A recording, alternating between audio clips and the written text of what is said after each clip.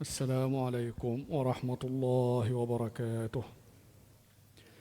أعوذ بالله من الشيطان الرجيم. بسم الله الرحمن الرحيم. الحمد لله رب العالمين، والصلاة والسلام على أشرف الخلق أجمعين، سيدنا محمد النبي الأمي العربي القرشي الهاشمي الأمين، وعلى آله وصحبه ومن اهتدى بهديه وصار على نهجه إلى يوم الدين. اللهم لا سهلا إلا ما جعلته سهلا، وإن شئت جعلت الصعب سهلا، فيسر لنا أمرنا وعصرنا واجعلنا من عبادك المخلصين. رب اشرح لي صدري ويسر لي أمري واحلل عقدة من لساني يفقه قولي. سبحانك لا علم لنا إلا ما علمتنا إنك أنت العليم الحكيم، ولا حول ولا قوة إلا بالله العلي العظيم. آمين. وبعد.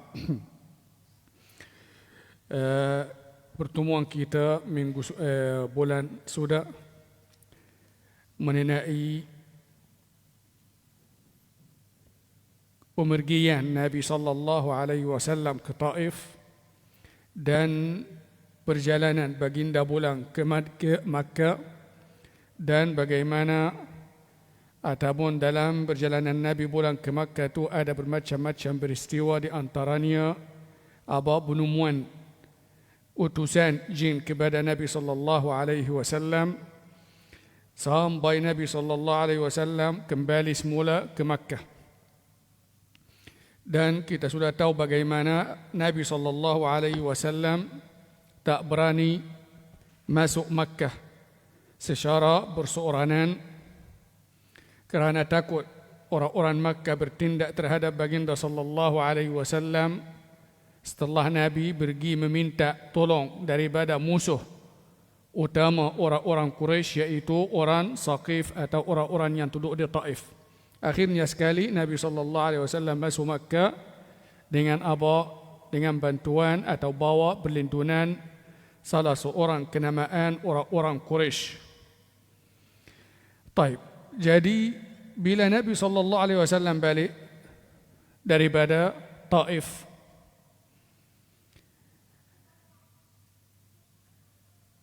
jadi Nabi sallallahu alaihi wasallam berada dalam situasi yang sangat memberi penekanan kepada Nabi sallallahu alaihi wasallam. Dulu ada bapa saudaranya yang boleh mempertahankannya dan melindunginya, dan ada isterinya As-Sayyidah Khadijah. Setelah wafatnya isteri kesayangannya yang menjadi tulang belakang Nabi sallallahu alaihi wasallam, juga wafat bapa saudaranya Abu Talib, dan usaha Nabi untuk meminta tolong orang-orang di luar pun tak berjaya, orang Saqif. Jadi Nabi sallallahu alaihi wasallam balik ke Makkah dalam keadaan tidak ada penyokong yang kuat atau orang yang boleh memberi sokongan atau pertolongan dan perlindungan kepada Nabi sallallahu alaihi wasallam. Namun Nabi sallallahu alaihi wasallam tetap berusaha juga. Dan Nabi sallallahu alaihi wasallam mula mencari penyokong atau mana-mana suku kaum Arab yang sanggup memberi perlindungan kepada Nabi sallallahu alaihi wasallam atau membawanya pulang ke tempat mereka. Jadi setiap kali menjalani musim haji, orang-orang Arab merata-rata akan pergi ke Makkah untuk menunaikan haji. Dan setiap suku kaum Arab atau setiap kabilah Arab itu ada penempatan khusus dia di Mina. Macam kita sekarang ni kalau ke Mina ataupun di Mina, dia ada ada zon dia. Maknanya negara ASEAN dia ada kemah-kemah dia ataupun ada kawasan dia. Betul? Kalau orang-orang Arab ada kawasan dia, orang mai daripada Europe ada kawasan dia. Maknanya akan dikhaskan. Macam itulah dulu zaman jahiliyah dulu. Setiap kabilah Arab yang pergi ke Makkah akan ada apa? Akan ada penempatan dia. Dan mereka akan duduk sesama sendiri, berkumpul sesama sendiri. Jadi Nabi SAW pula akan ambil kesempatan dan pergi berjumpa dengan setiap suku kaum Arab yang ada di Mina, yang datang untuk buat haji. Dan Nabi SAW menawarkan diri kepada mereka dan meminta tolong mereka. Maknanya Nabi SAW akan pergi ditemani oleh Sayyidina Abu Bakar, akan berjumpa dengan setiap kabilah Arab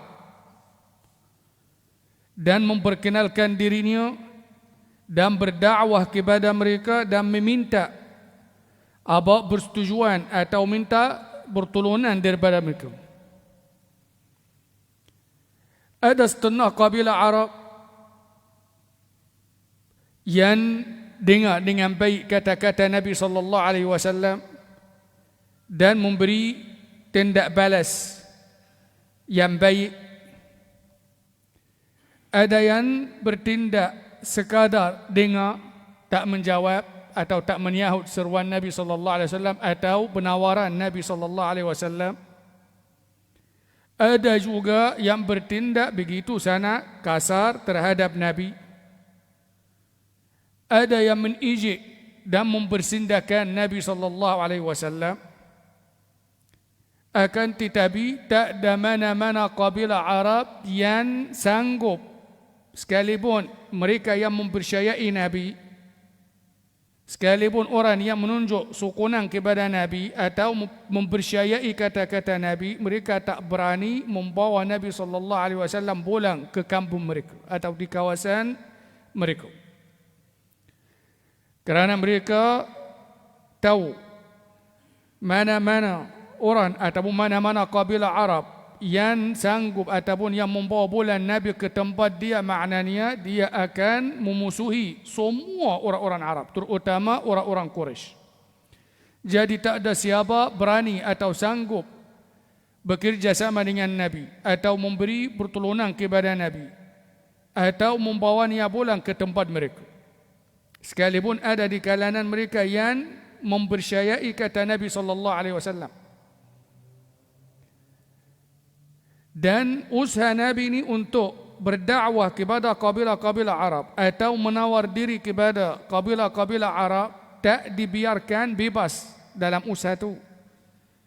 Maknanya akan selalu akan adanya orang daripada Quraisy yang mengikuti Nabi SAW.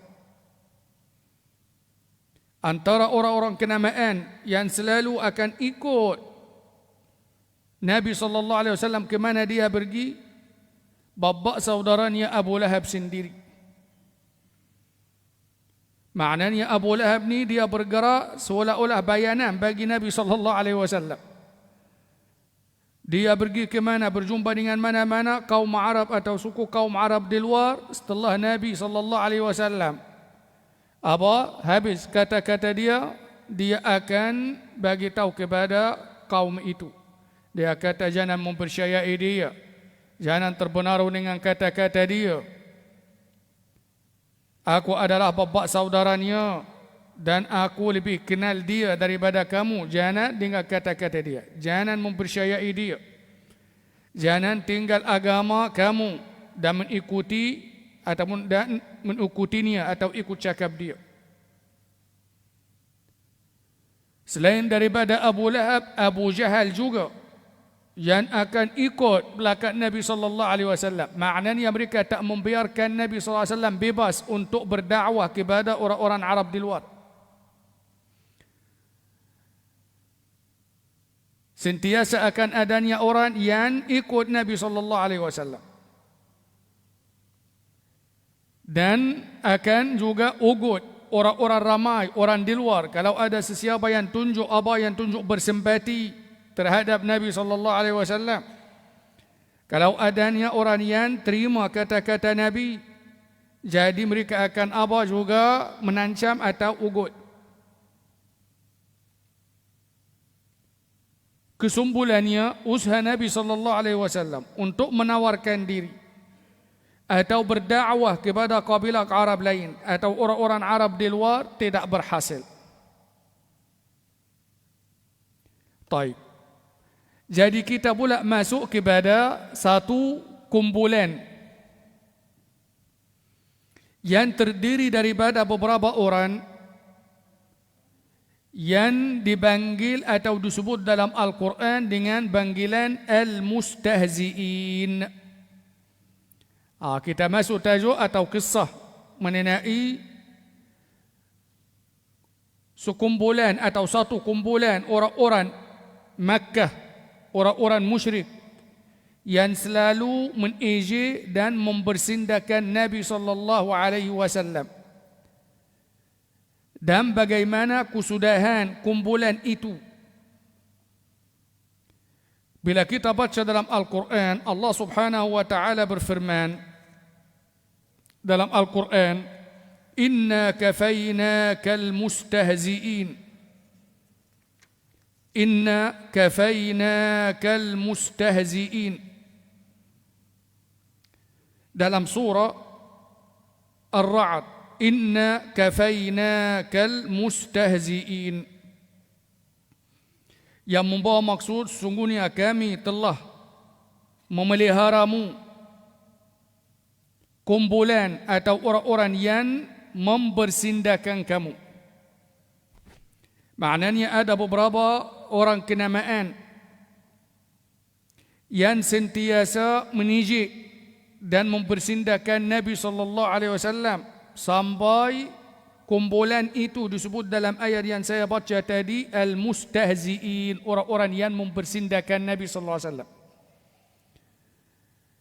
Orang yang sentiasa menejek, mempersindakan Nabi sampai Nabi sallallahu alaihi wasallam pun berdoa terhadap mereka. Akhirnya sekali kumpulan itu dihancur satu persatu.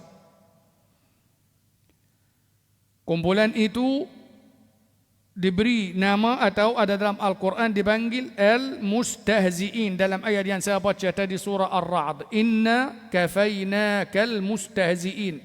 Sesungguhnya kami mencukupkan kamu kumpulan yang mempersindakan kamu, ataupun dengan kata lain, sesungguhnya kami memeliharamu dan melindungimu daripada kumpulan yang menejek dan mempersindakan kamu.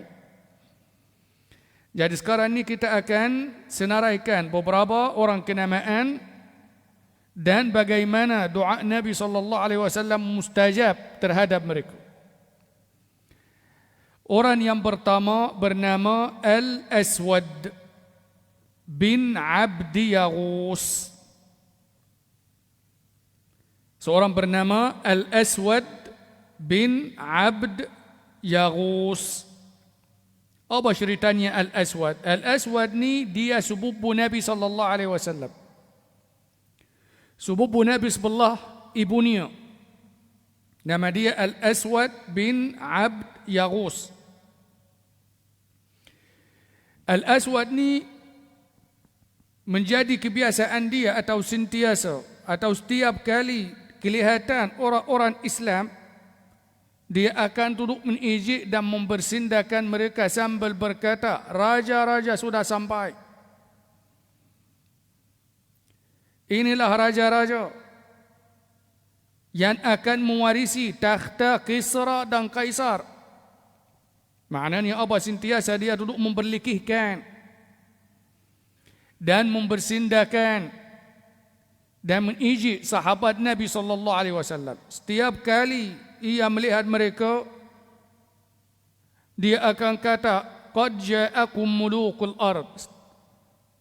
Sungguhnya telah datang, telah tiba raja-raja allazina yarisuna Kisra wa Kaisar, yang akan mewarisi takhta Kisra raja Faris wa Kaisar raja Ar-Rum.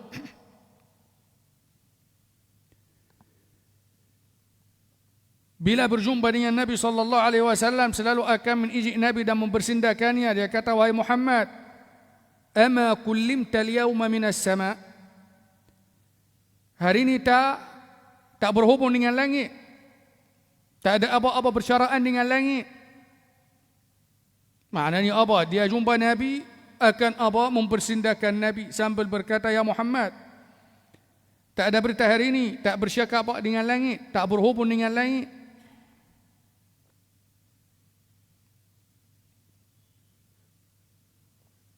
Jadi ini adalah apa? Kebiasaan dia. Jumpa sahabat Nabi sallallahu alaihi wasallam duduk mempersindahkan min ije, jumpa Nabi sallallahu alaihi wasallam duduk apa? Mempermain-mainkan Nabi sallallahu alaihi wasallam. Sampai suatu hari ataupun Nabi sallallahu alaihi wasallam berdoa terhadapnya agar Allah Subhanahu wa taala uruskannya. Lalu pada suatu hari dia keluar dari rumahnya. Bila keluar dari rumah terkena angin panas, dipanggil as-samum. Bila terkena angin panas, dia membakar wajah dia, membakarkannya sampai menjadi mukanya hitam. Bukan bakar api, tak. Maknanya apa? Bila dia keluar pada suatu hari, dia keluar dari rumah, terkena angin panas, sampai angin tu tukar muka dia menjadi hitam. Bukan hitam biasa, hitam. Kita panggil apa? Hitam sungguh. Sampai hilang apa? Sampai hilang baras rubah asal dia. Bila dia balik rumah, keluarga dia sendiri tak mengenalinya. Maknanya dia keluar daripada rumah biasa. Bila keluar terkena angin tu angin yang panas.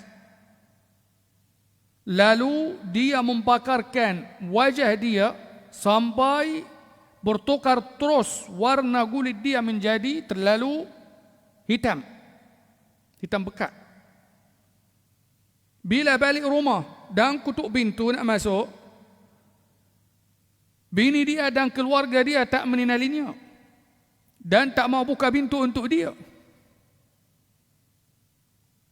Sampai ke tahap mereka tak dapat cam dia langsung dan tak boleh mempercayai dia adalah apa?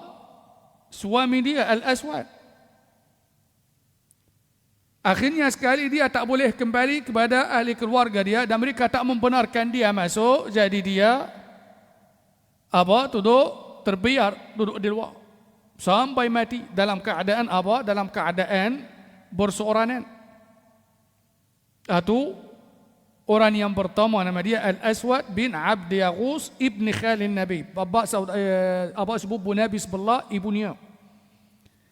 Jadi bila Allah Subhanahu wa taala berfirman dalam ayat tadi, inna kafainakal mustahzi'in, sungguhnya kami akan uruskan kumpulan yang duduk mempersindahkan, yang menijikkan. Jadi setiap seorang daripada kumpulan itu akan mati dengan cara yang aneh, dengan cara yang di luar biasa. Orang yang pertama Al-Aswad bin Abd Yaghus.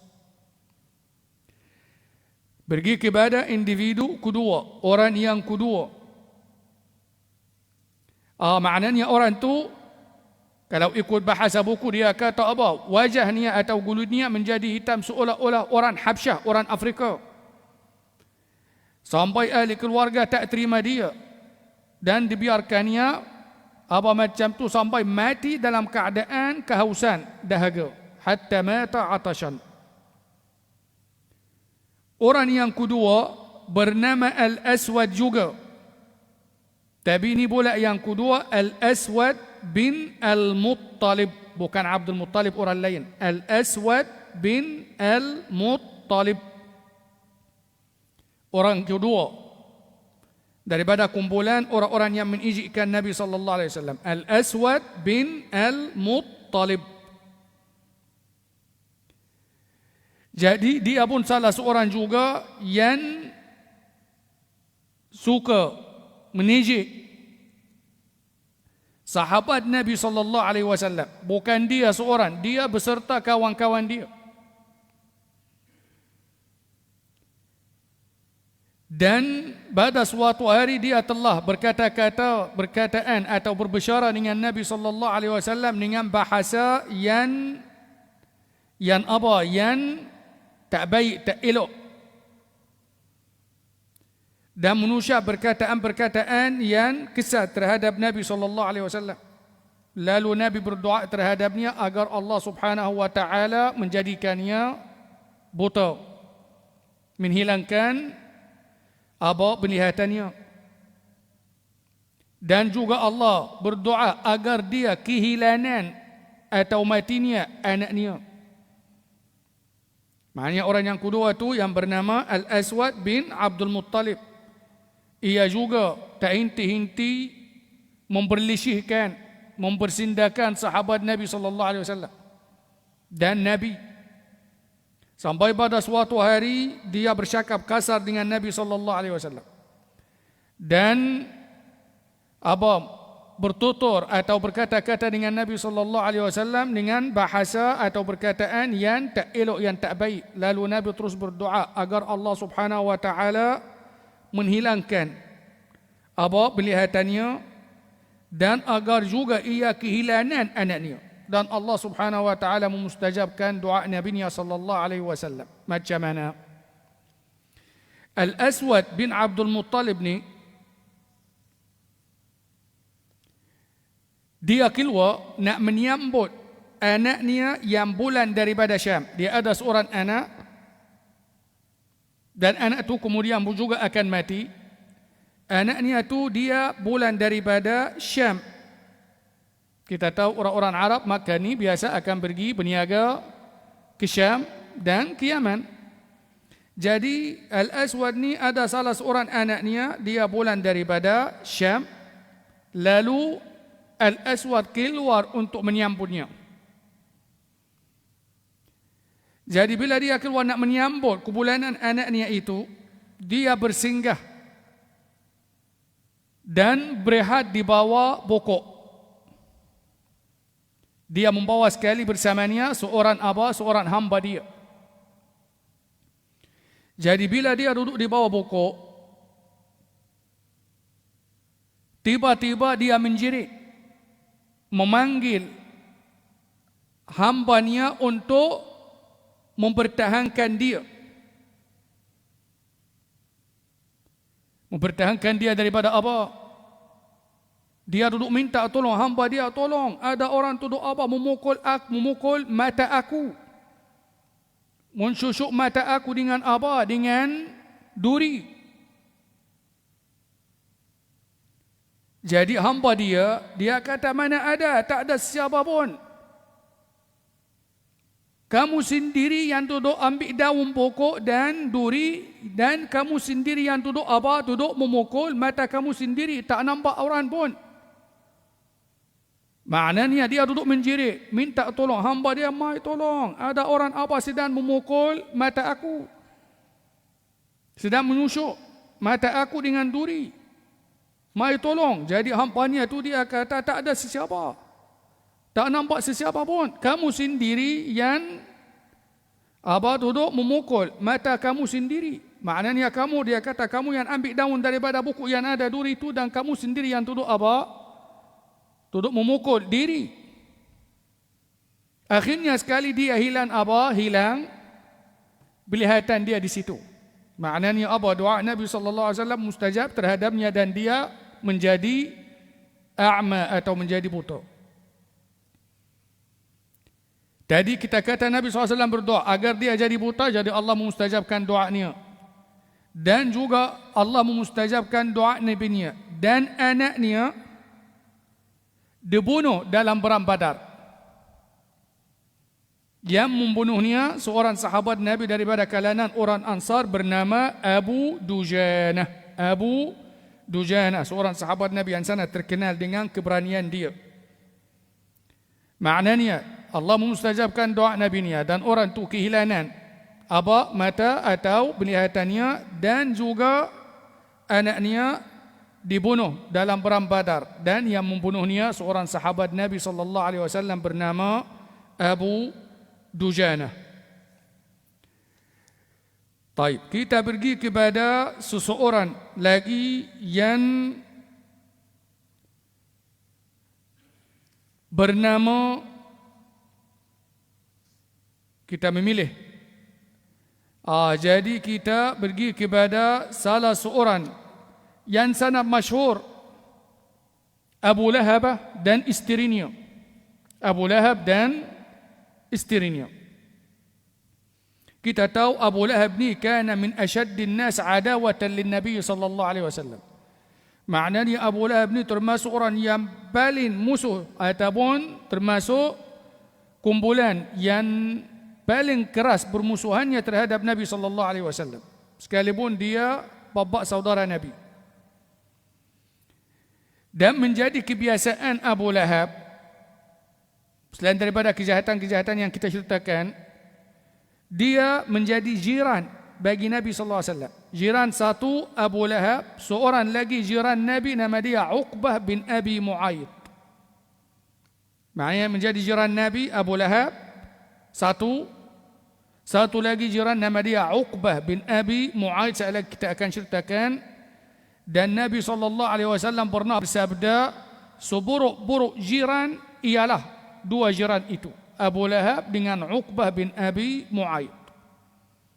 Menjadi kebiasaan Abu Lahab tu akan bersusah payah letak benda-benda yang kotor, yang najis dan duri dalam laluan Nabi sallallahu alaihi wasallam, depan pintu rumah Nabi sallallahu alaihi wasallam. Sampai satu hari Hamzah, seorang lagi bapa saudara Nabi, tak tahan dengan beranai saudaranya Abu Lahab dan ambil duri yang dia letak di pintu, di depan pintu Nabi sallallahu alaihi wasallam. Dia letak semula ataupun dia letak semula balik atas kepala Abu Lahab. Sekali lagi, maknanya apa? Menjadi kebiasaan Abu Lahab dan isterinya tu akan ambil duri dan letak dalam apa? Dalam laluan Nabi sallallahu alaihi wasallam, terletak di depan pintu rumah Nabi sallallahu alaihi wasallam. Bila mereka masak atau ada haiwan yang mereka sembelih ke, mereka apa? Semua uri dan benda-benda tu yang kotor, yang najis tu daripada haiwan tu akan baling atau letak dalam pintu ataupun di depan pintu rumah Nabi sallallahu alaihi wasallam. Sampai satu hari Hamzah nampak dengan sendiri tindakan Abu Lahab. Lalu dia ambil semula duri dan benda-benda yang kotor itu dan dia letak atas kepala Abu Lahab. Lalu Abu Lahab tidak lagi membuatnya dengan sendiri, tapi dia upah orang, cari orang untuk apa? Untuk meletakkan benda itu di depan pintu Nabi sallallahu alaihi wasallam. Maknanya setelah Hamzah bertindak terhadap Abu Lahab, jadi dia tidak lagi melakukannya dengan sendiri, tetapi dia suruh orang lain buat. Jadi kesudahannya macam mana Abu Lahab? Jadi kesudahannya dia mati dengan apa? Dengan satu penyakit yang dipanggil Al-Adasah, satu penyakit yang berjangkit. Dan dia mati sejurus kebulanan Nabi sallallahu alaihi wasallam, sejurus selesainya perang Badar. Ceritanya panjang lebar, nanti akan datang terperincian cerita itu. Tapi kita nak tahu kesudahan dia macam mana. Secara ringkas. Abu Lahab ni dia tidak menyertai tentera Quraisy yang nak pergi berperang di Badar. Dia ubah orang untuk pergi ganti dia. Maknanya apa? Orang-orang Quraisy membuat ketetapan, semua orang kena menyertai tentera yang nak pergi yang nak pergi lawan Nabi sallallahu alaihi wasallam atau berperang dengan Nabi di Madinah, di Badar. Dan tidak membenarkan sesiapa untuk tak pergi.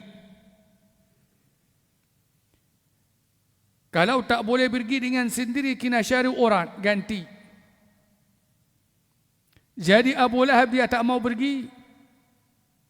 Abu Lahab dia tak mau pergi, kerana dia tahu kalau pergi dia boleh apa? Boleh mati.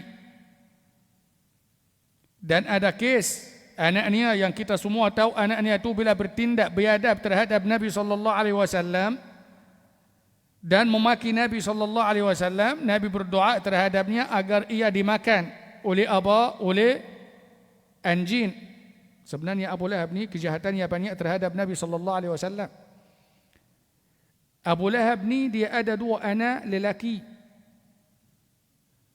Seorang bernama Utbah, seorang bernama Utaibah. 2 anak lelaki itu. 2 anak lelaki itu pernah berkahwin dengan 2 anak Nabi SAW sebelum Nabi dijadikan Rasul. Utbah dengan Utaibah. Kedua-duanya berkahwin dengan 2 anak Nabi SAW, As-Sayyidah Ruqayyah dan As-Sayyidah Ummu Kulsum. Berkahwin tapi belum duduk bersama. Jadi bila Nabi SAW jadi Rasul, jadi Abu Lahab memaksa 2 anaknya supaya tinggal atau menceraikan 2 anak Nabi SAW. Dalam usaha Abu Lahab untuk memberi penekanan kepada Nabi SAW. Maknanya dalam masa Nabi SAW, sebelum Nabi dijadikan Rasul, anaknya As-Sayyidah Zainab, anak sulung Nabi, anak perempuan besar, dia berkahwin dengan seorang nama dia Al-As bin Ar-Rabi'. Kemudian As-Sayyidah Ruqayyah dan As-Sayyidah Ummu Kulsum berkahwin dengan 2 anak lelaki Abu Lahab, maknanya kaum sepupu. Seorang bernama Utbah dan seorang bernama Utaibah. Bila datang Islam dan Nabi SAW jadi Rasul, jadi orang-orang Quraisy, orang-orang Makkah, dia meminta daripada orang yang berkahwin dengan anak Nabi supaya syaraikan. Dalam usaha orang-orang Quraisy itu memberi apa? Tekanan kepada Nabi SAW. Al-As bin Ar-Rabi', suami kepada As-Sayyidah Zainab, dia tetap mempertahankan As-Sayyidah Zainab. Dan dia tak tunduk kepada apa? Kepada desakan dan permintaan orang-orang Quraisy. Dan dia tetap mempertahankan As-Sayyidah Zainab. Walaupun ada bermacam-macam tawaran kepada dia, ada bermacam bujukan orang ramai kepada dia untuk menceraikan As-Sayyidah Zainab, tapi dia tetap mempertahankannya. Oleh itu Nabi SAW memuji Al-As bin Ar-Rabi'. Jadi tetapi 2 orang anak Abu Lahab tu menjadi sama dengan bapa. Maknanya kedua-duanya tu menceraikan 2 anak Nabi, As-Sayyidah Ruqayyah dan As-Sayyidah Ummu Kulsum, dan kedua-duanya kemudian hari berkahwin dengan Sayyidina Utsman bin Affan radhiyallahu anhu. Kemudian hari As-Sayyidah Ruqayyah dan As-Sayyidah Ummu Kulsum kedua-duanya berkahwin dengan Sayyidina Utsman. As-Sayyidah Ruqayyah dulu, selepas wafat As-Sayyidah Ruqayyah, selepas wafat Sayyidah Ruqayyah, Nabi SAW menikahkannya dengan As-Sayyidah Ummu Kulsum. Dan As-Sayyidah Ummu Kulsum pun wafat. Jadi Nabi SAW pernah bersabda kepada Sayyidina Utsman, "Lau kana 'indana salisah la zawwajnak." Kalau kami ada lagi seorang anak perempuan, sudah pastinya kami menikahkannya dengan kamu. Dan satu kelebihan kepada Sayyidina Utsman, dia satu-satunya orang, satu-satunya manusia yang kawin dengan dua perempuan anak Nabi. Maknanya tak ada. Maknanya dalam sejarah manusia tak ada mana-mana orang yang berkahwin dengan 2 anak perempuan Nabi kecuali Sayyidina Utsman bin Affan. Sayyidina Musa berkahwin dengan anak Nabi, tapi seorang, anak Nabi Allah Shu'aib. Jadi Sayyidina Utsman seorang saja. Dalam kitab nama dia Tarikhul Khulafa karangan Al-Imam As-Suyuti, antara kelebihan Sayyidina Utsman bin Affan, dia berkahwin dengan As-Sayyidah Ruqayyah dengan As-Sayyidah Ummu Kulsum, 2 orang anak Nabi. Oleh itu dipanggil Zunnuraini. Gelaran Sayyidina Uthman Zunnuraini. Nuraini itu dua cahaya. Orang yang memiliki atau mempunyai dua cahaya. Kerana berkahwin dengan dua cahaya Nabi sallallahu alaihi wasallam, Sayyidah Ruqayyah dan Sayyidah Umm Kulsum. Kita kembali kepada Abu Lahab dan anaknya. Jadi bila Utbah tu bercakap, bila menceraikan anak Nabi dan dia beradab terhadap Nabi sallallahu alaihi wasallam, Nabi berdoa agar ia dimakan apa? Anjing. Dalam doa yang masyhur, Allahumma sallit alaihi kalban min kilabika. Dalam doa yang selalu kita dengar dalam bacaan doa kunut nazilah. Maknanya Nabi berdoa agar Allah Subhanahu wa taala mengutuskan anjing untuk apa? Untuk memahamkannya.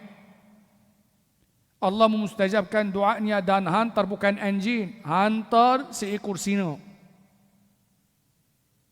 Jadi bila Nabi berdoa kalb anjing, yang bertindak pula bukan anjing, singa. Satu hari anak Abu Lahab tu dia kena keluar atau menyertai satu kafilah yang pergi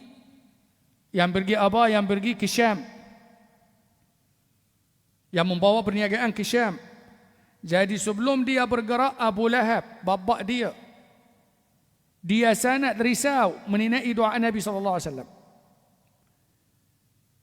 Jadi dia panggil semua orang-orang yang pergi kafilah itu dan berpesan kepada mereka, jangan membiarkan anakku seorang diri, kerana Muhammad telah berdoa terhadapnya dan aku bimbang, risau mengenai doa dia. Tengok kepercayaan dia terhadap kebenaran Nabi sallallahu alaihi wasallam. Dan dia berkata kepada orang ramai, jangan membiarkannya berseorangan. Jangan membiarkannya seorang diri. Kerana aku sangat bimbang, risau keselamatan dia, kerana Muhammad telah berdoa terhadapnya. Jadi mereka bila bergerak tak akan membiarkan dia jalan seorang atau berjalan ke tepi. Mereka akan memastikannya dalam perjalanan untuk tenang. Bila nak bersinggah di waktu malam, bila tidur, mereka akan memastikan anak Abu Lahab tu tidur tenang-tenang. Dan mereka akan melindunginya dengan paran. Dan mereka akan tidur sekeliling dia, melindunginya. Namun begitu pada suatu malam dalam suatu persinggahan, datang seekor singa dan melangkaui semua orang, dan dia pergi kepada anak Abu Lahab yang bernama Utbah dan memahamnya, mati. Bila berlakunya perang Badar, jadi orang Quraisy membuat keputusan tak diberi mana-mana alasan kepada mana-mana orang supaya tidak menyertai. Maknanya semua kena menyertai perang itu. Jadi Abu Lahab tak mau pergi. Jadi mereka kata, yang tak pergi kena cari orang ganti. Dia pun cari orang. Dia cari orang menggantikannya. Dia bayar bagi orang supaya orang tu pergi menyertai tentera tu, ganti dia.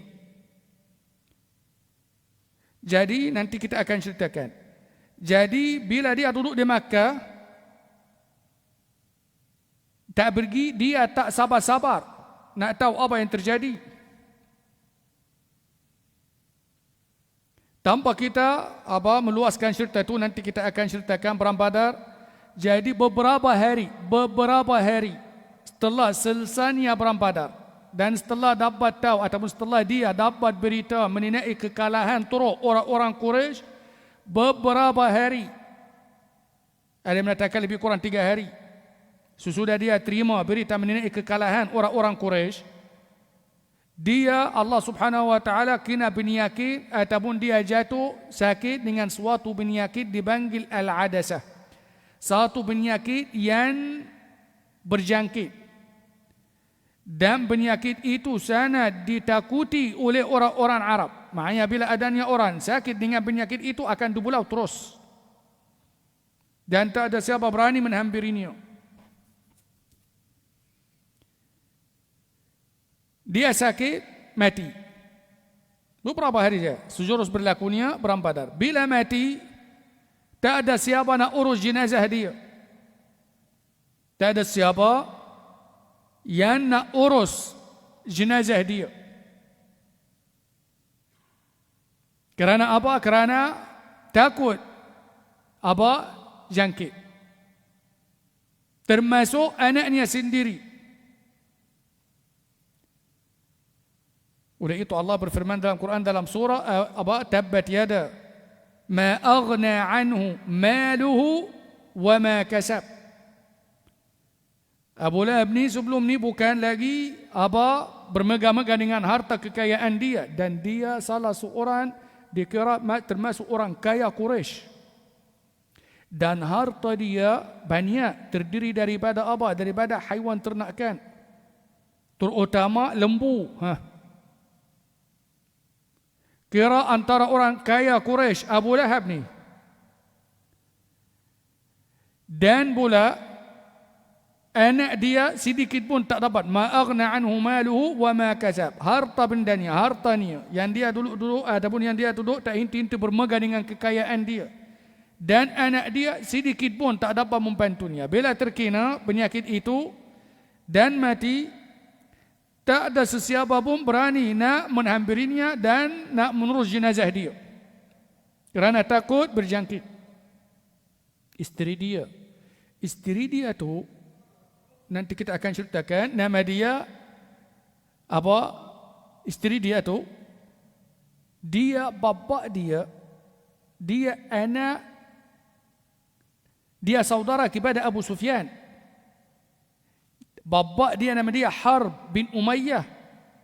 Maknanya bapa dia seorang seorang kenamaan orang-orang Quraisy, orang kaya. Jadi bila dia mati, sampai anaknya sendiri tak berani untuk anak-anak dia tak boleh meneruskan jenazah dia, tak boleh mengkubumikannya dan membiarkannya sampai mula berbau.